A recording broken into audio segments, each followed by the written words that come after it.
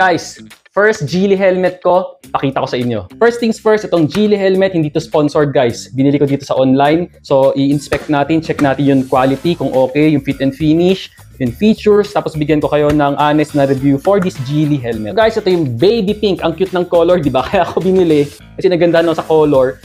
Baby pink, supposed to be pambabae, pero iba yung dating dahil tignan nyo yung side view niya. Manly, maporma yung shape niya, tapos pag pinartneran mo itong baby pink na color, iba yung dating malakas yung dating. So side view, tignan nyo, aggressive ng design, meron siyang sharp line dito. Pag inusog ko konti ganyan, kita nyo, may isa pang sharp na line dito. Dito, another sharp line nakalubog. Tapos dito sa ibabaw, again, meron din sharp. Tapos may mahabang line dito sa gitna, center emboss siya dito, papunta dito sa likod. Sa likod, meron siyang wide na spoiler, pero hindi mahaba. Malapad siya kasi naka-tapered siya dito sa side. Hindi siya dito sa likod nakakabit, dito sa side.